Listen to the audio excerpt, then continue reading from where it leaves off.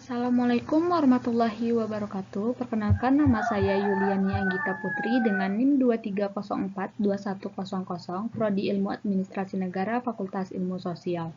Di kesempatan kali ini saya akan menjelaskan sedikit materi tentang pemerintah dalam perekonomian. Nah, pertama-tama kali materi yang akan saya jelaskan yaitu mengenai konsep negara, pemerintah, dan ekonomi publik. Pertama-tama kita akan membahas tentang negara. Apa yang dimaksud dengan negara? Negara merupakan terjemahan dari beberapa kata asing, yaitu stat dalam bahasa Inggris, stat dalam bahasa Belanda dan Jerman, atau etat dalam bahasa Prancis. Secara terminologi, negara diartikan sebagai organisasi tertinggi di antara satu kelompok masyarakat yang memiliki cita-cita untuk bersatu, hidup di dalam suatu kawasan, dan mempunyai pemerintahan yang berdaulat. Yang kedua, pemerintah. Dalam Kamus Besar Bahasa Indonesia, pemerintah dapat diartikan sebagai suatu sistem yang menjalankan wewenang dan kekuasaan, atau sistem yang menjalankan perintah yang memerintah. Di Belanda, pemerintah disebut sebagai administratie untuk pemerintah dalam arti luas, dan bestuur dalam arti sempit. Pemerintah juga merupakan sekelompok orang yang secara bersama-sama memikul tanggung jawab terbatas untuk menggunakan kekuasaan. Yang ketiga yaitu ekonomi publik. Ilmu ekonomi publik merupakan cabang ilmu ekonomi yang menelaah masalah-masalah ekonomi publik. Atau publik bisa diartikan sebagai masyarakat, pemerintah, atau negara, seperti kebijakan subsidi atau perpajakan, regulasi atau deregulasi, nasionalisasi atau privatisasi, sistem jaminan sosial, ketahanan pangan, kebijakan teknologi, pertahanan dan keamanan, pendidikan, kesehatan, dan sebagainya. Materi selanjutnya yaitu mengenai dasar konstitusional sistem ekonomi Indonesia. Pertama-tama saya akan membahas mengenai sistem ekonomi. Sistem ekonomi merupakan suatu sistem yang mengatur serta menjalin hubungan ekonomi antar manusia dengan seperangkat kelembagaan dalam suatu tatanan kehidupan untuk mencapai kemakmuran.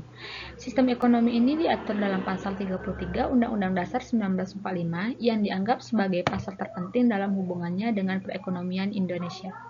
Pasal tersebut menyatakan bahwa perekonomian disusun sebagai usaha bersama berdasar atas asas kekeluargaan.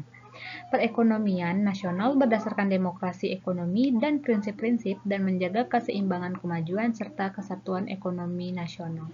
Di sini juga terdapat berbagai macam-macam sistem ekonomi di dunia, meliputi sistem ekonomi liberal, sistem ekonomi komunis, sistem ekonomi Pancasila, dan sistem ekonomi sosialis. Selanjutnya yaitu peran pemerintah dalam perekonomian. Di sini dapat kita lihat ada 3 peran pemerintah dalam perekonomian. Yang pertama, peran alokasi. Peranan alokasi oleh pemerintah sangat dibutuhkan terutama dalam hal menyediakan barang-barang yang tidak dapat disediakan oleh swasta, yaitu barang-barang umum atau disebut sebagai barang publik. Yang kedua, peran distribusi. Peranan distribusi ini, pemerintah berperan sebagai distribusi pendapatan dan kekayaan. Pemerintah dapat mengubah pendapat masyarakat secara baik langsung maupun tidak langsung. Dan yang ketiga, stabilisasi peranan. Dengan menggabungkan kebijakan-kebijakan moneter dan kebijakan-kebijakan lain seperti kebijakan fiskal dan perdagangan untuk meningkatkan atau mengurangi besarnya permintaan sehingga dapat mempertahankan lapangan kerja penuh dan menghindari inflasi atau deflasi. Nah, materi terakhir yang akan saya jelaskan mengenai bagaimana peran pemerintah dalam kesejahteraan masyarakat. Untuk mewujudkan kesejahteraan masyarakat, beberapa hal yang dapat dilakukan pemerintah yaitu 1. Sebagai pengarah pemanfaatan sumber daya nasional secara efisien dan efektif. Yang terdapat apa bidang usaha yang perlu dilindungi, apa bidang usaha yang perlu dibantu, bidang usaha apa yang perlu didorong, dan bidang usaha apa yang perlu dilarang.